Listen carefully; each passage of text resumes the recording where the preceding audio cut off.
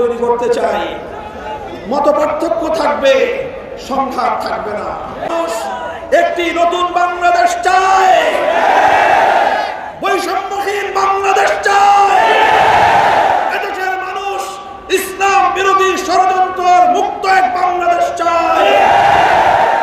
প্রিয় সিলেটবাসী, আপনারা লক্ষ্য করেছেন 5ই আগস্ট বিপ্লব হওয়ার পর এক শ্রেণীর দালাল মিডিয়া, বিশেষ করে ভারতের কিছু মিডিয়া, তারা জিগির তুলেছিল বাংলাদেশে নাকি সংখ্যালঘু নির্যাতন চলছে।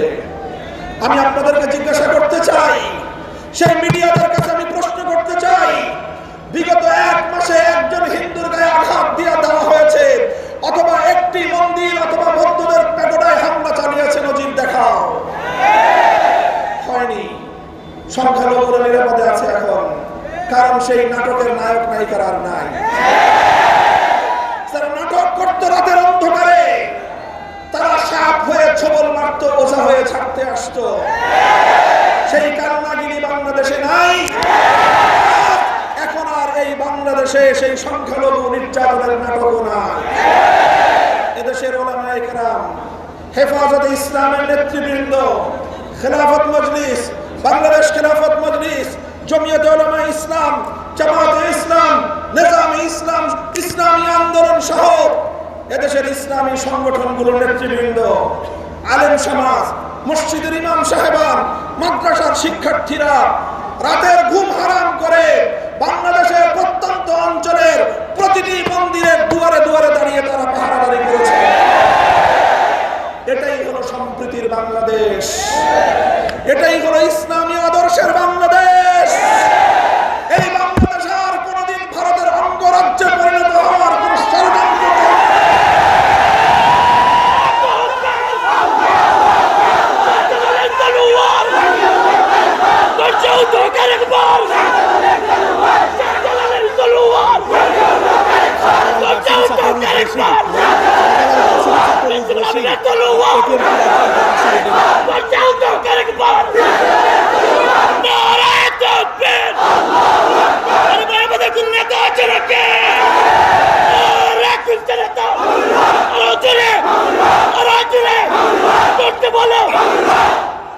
সংগ্রামী সাথী ও বন্ধুগণ, আমরা বলতে চাই, এভাবেই সাম্প্রদায়িক সম্প্রীতির যে নজির স্থাপন করা হয়েছে, এটাই বাংলাদেশের প্রকৃত চিত্র।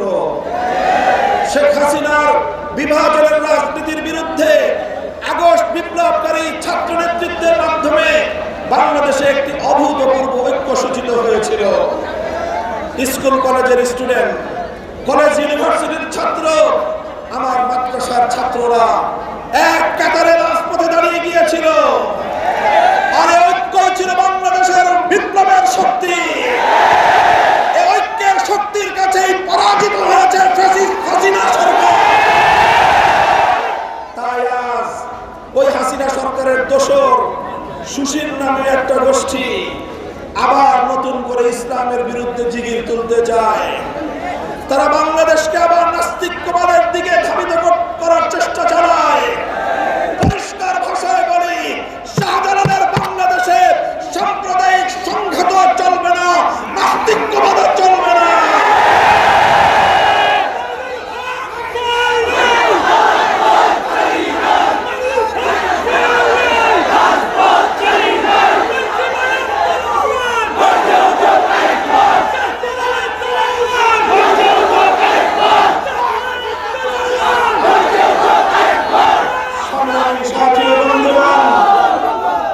বাংলাদেশ যে ঐতিহাসিক যেই ধারাগুলো পেরিয়ে যেই 3টি আধিপত্যবাদী শক্তির আধিপত্যবাদের বিরুদ্ধে লড়াই করে আজ শাহজালালের বাংলা স্বাধীন হয়েছে, গৌর গোবিন্দরা সেই শাহজালালের বাংলার দিকে চোখ তুলে তাকিও না, তোমাদের সেই চোখ উপড়ে ফেলবো আমরা।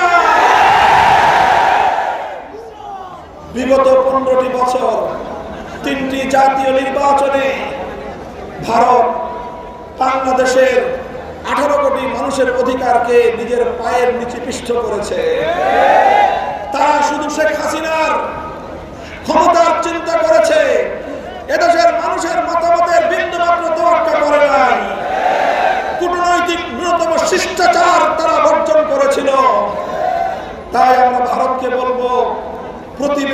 বন্ধুসুলভ রাষ্ট্র হিসেবে থাকতে চাইলে ওয়েলকাম, স্বাগত জানাই। কিন্তু শাহজালালের বাংলাকে যদি আবার তোমরা করতলগত করতে চাও, এদেশের স্বাধীনতাকে যদি বিপন্ন করতে চাও, আমার দেশের অর্থনীতিকে যদি বিপর্যস্ত করতে চাও, আমার দেশের মানুষের অধিকার নিয়ে যদি ছিনিমিনি খেলতে চাও, শাহজালালের সৈনিকরা আবার তোমার বিরুদ্ধে যুদ্ধে প্রস্তুত রয়েছে।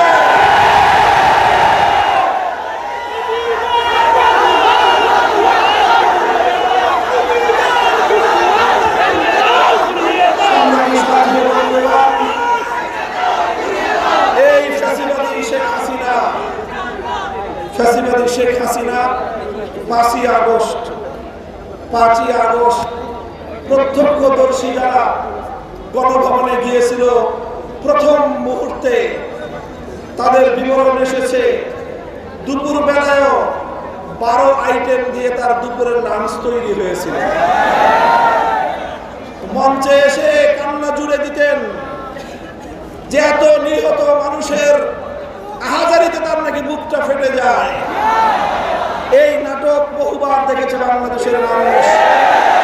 যখন এদেশের মানুষ খেতে পায় না, এদেশের মায়েরা তাদের সন্তান হারিয়ে বুক ফোটা আত্মচিৎকার করে, তখন গণভবনে 12 আইটেমের বুফে তৈরি হয়।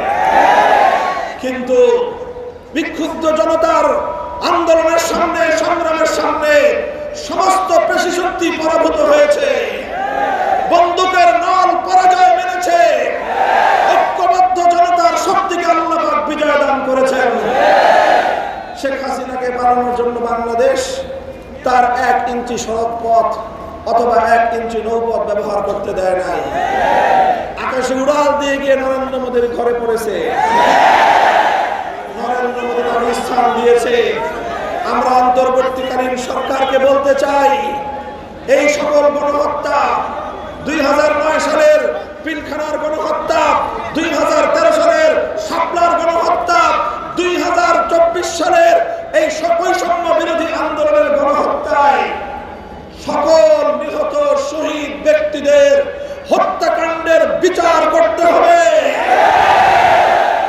ভারত থেকে আন্তর্জাতিক চুক্তির শর্ত অনুযায়ী আসামি, হত্যাকাণ্ডের আসামি, শত শত হত্যাকাণ্ডের আসামি শেখ হাসিনা এবং তার খুনি মন্ত্রিসভার সদস্য এবং প্রশাসনের তার রেসপন্সার যারা মানুষকে নির্বিচারে হত্যা করেছে, তাদের সকলকে ধরে ধরে বিচারের কাঠগড়ায় দাঁড় করাতে হবে।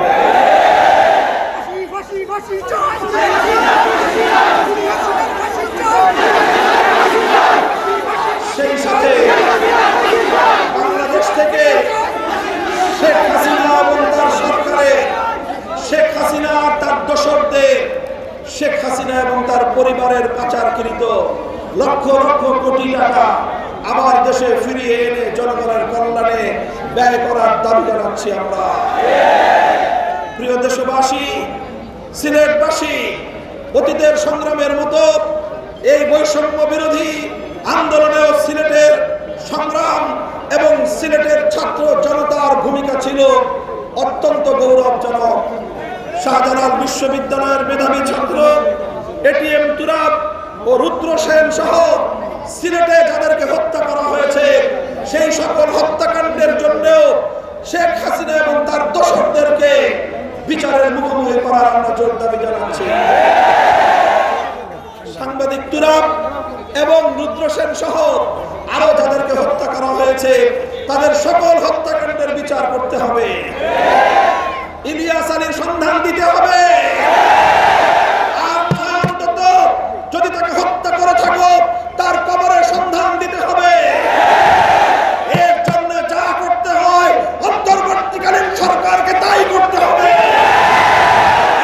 মানুষের ভাষা যদি বুঝতে ব্যর্থ হন, দেশের মানুষ সংগ্রামের মধ্য দিয়ে দাবি আদায় করেছে। সংগ্রামী সাথী ও বন্ধুগণ, আগামীর বাংলাদেশ হবে বৈষম্যহীন বাংলাদেশ। আগামীর বাংলাদেশ হবে ন্যায় এবং ইনসাফের বাংলাদেশ। আগামীর বাংলাদেশ হবে ইনসাফ ভিত্তিক ন্যায় নীতির সমাজ গঠনের বাংলাদেশ। এই বাংলাদেশে যেখানে ইনসাফ থাকে, যেখানে বৈষম্যহীন সমাজ গড়বার প্রত্যয় থাকে, সেখানে আওয়ামী লীগের মতো সন্ত্রাসী সংগঠনের রাজনীতি করার কোনো সুযোগ থাকতে পারে। শেখ হাসিনার রাজনীতি, আওয়ামী লীগের রাজনীতি, যুবলীগ এবং ছাত্রলীগের রাজনীতি, শেখ হাসিনা এবং তার যুবলীগ ছাত্রলীগের রাজনীতি, বাংলাদেশের সন্ত্রাসের রাজনীতি। তারা করেছে খুনের রাজনীতি, মানুষকে ভয় দেখিয়ে আতঙ্কিত করে ক্ষমতার মসনদকে চিরস্থায়ী কুক্ষিগত করে রাখার চেষ্টা করেছিল। বাংলাদেশ প্রমাণ করে দিয়েছে, জ্বলে পড়ে মরে সাক্ষাৎ তবে পাঠানো আমার নয়। সাবাস বাংলাদেশ, সাবাস বাংলাদেশ, সাবাস বাংলাদেশ। শাহজালালের এই পুণ্যভূমিতে আবার যদি কোনো অত্যাচারী, স্বৈরাচারী, ফ্যাসিবাদী মাথা চাড়া দিয়ে উঠবার চেষ্টা করে, আমরা আবার রাজপথে নামবো ইনশাআল্লাহ। আমরা একটি ঐক্যের প্ল্যাটফর্ম তৈরি করতে চাই। মত পার্থক্য থাকবে, সংঘাত থাকবে না। মত পার্থক্য থাকতে পারে, ধর্ম বর্ণ ভিন্ন মত, আমরা সকলের জন্য দিতে চাই খেলাফত। প্রিয় সিলেটবাসী, আমি আপনাদেরকে বলতে চাই, আমরা বলতে চাই, বৈষম্য বিরোধী আন্দোলন যদি চূড়ান্ত পর্যায়ের সফলতা অর্জন করতে হয়, যদি চূড়ান্ত ন্যায় এবং ইনসাফ ভিত্তিক সমাজ গঠন করতে হয়, মানব রচিত কোনো তন্ত্রমন্ত্র দিয়ে পরিপূর্ণ ইনসাফ ভিত্তিক সমাজ গঠন করা কোশ্চিনকাল সম্ভব নয়। এজন্য প্রয়োজন সৃষ্টিকর্তা মহান রব্বুল আলামিন আল্লাহ প্রদত্ত রাজনৈতিক বন্দোবস্ত। আর আল্লাহ যে রাজনৈতিক ব্যবস্থা দিয়েছেন সেটা হলো আল্লাহর প্রতিনিধিত্বের রাজনীতি, সেটাকেই বলা হয় খেলাফতের রাজনীতি। আসুন আসুন, বাংলাদেশে যে জাগরণ শুরু হয়েছে সত্যের পক্ষে, বাংলাদেশে যে জাগরণ শুরু হয়েছে, বাংলাদেশের মানুষ যেভাবে জেগে উঠেছে, ইসলামকে যেভাবে বাংলাদেশের অনেক জায়গা থেকে নিষিদ্ধ করে রেখেছিল ফ্যাসিস্ট শেখ হাসিনা এবং তার দোসররা, হুঁশিয়ার। ঢাকা বিশ্ববিদ্যালয়টা নবাব স্যার সলিমুল্লাহর টাকা দিয়ে এবং তার সম্পদের উপর গড়ে উঠেছে। সেই সলিমুল্লাহর নাম বাদ দিয়ে তোমরা ঠাকুরের জিকির তোলো, আর তোমরা সেটাকে তোমরা মৌলবাদ বিরোধী আন্দোলনের নাম দাও। আমরা বলতে চাই, ঢাকা বিশ্ববিদ্যালয়কে নবাব স্যার সলিমুল্লাহর প্রতি কৃতজ্ঞতা প্রকাশ করতে হবে। বিশ্ববিদ্যালয় প্রতিষ্ঠার বিরোধিতাকারী রবীন্দ্রনাথ ঠাকুরের প্রকৃত ইতিহাস জাতির সামনে উন্মোচন করতে হবে। বাংলাদেশের স্বাধীনতার প্রায় 20-30 বছর আগে মৃত্যুবরণকারী পশ্চিমবঙ্গকে নিয়ে পূর্ববঙ্গ বাংলাদেশের বিরুদ্ধে রচিত রবীন্দ্রসঙ্গীত বাংলাদেশের মানুষের জাতীয় সঙ্গীত হতে পারে কিনা, এ জাতির মানুষ নতুন করে সেটা ভাবার সময় এসেছে। মানুষ একটি নতুন বাংলাদেশ চায়, বৈষম্যহীন বাংলাদেশ চায়। এদেশের মানুষ ইসলাম বিরোধী ষড়যন্ত্র মুক্ত এক বাংলাদেশ চায়। এই বাংলাদেশ গড়ার জন্য আমরা সকল দল এবং মতকে আহ্বান জানাই, নিজ নিজ দলের রাজনীতি করুন যার যার জায়গায়, দেশের স্বার্থকে সকল দলীয় সংকীর্ণতার ঊর্ধ্বে তুলে ধরুন। সকলে মিলে যদি আমরা আগস্টের এই বিপ্লবকে সাফল্যমণ্ডিত করার জন্য ছাত্র জনতাকে সাহস জুগিয়ে যেতে পারি, ইনশাআল্লাহ এই বিপ্লব এবং গণ অভ্যুত্থানের উদ্দেশ্য কেউ ব্যর্থ করতে পারবে না। আপনারা আগামী দিনে আমাদের পাশে থাকবেন তো ইনশাআল্লাহ? আমরা ইনসাফ কায়েম করার জন্য, ন্যায় নীতি ভিত্তিক একটি সমাজ গঠন করার জন্য চূড়ান্ত সংগ্রামের প্রস্তুতি নিচ্ছি ইনশাআল্লাহ। আল্লাহ পাক রব্বুল আলামিন আমাদেরকে তৌফিক দান করুন। বাংলাদেশ ইনশাআল্লাহ যেভাবে তিনটি আধিপত্যবাদ বিরোধী সংগ্রামের মধ্য দিয়ে তার অভ্যুদয় ঘটেছিল, সেই বাংলাদেশ ইনশাআল্লাহ তার সেই সংগ্রাম সফলতার মঞ্জিল পর্যন্ত পৌঁছে যাবে। আপনাদের সকলকে বাংলাদেশ খেলাফত মজলিসের পক্ষ থেকে আমি অভিনন্দন জানাই।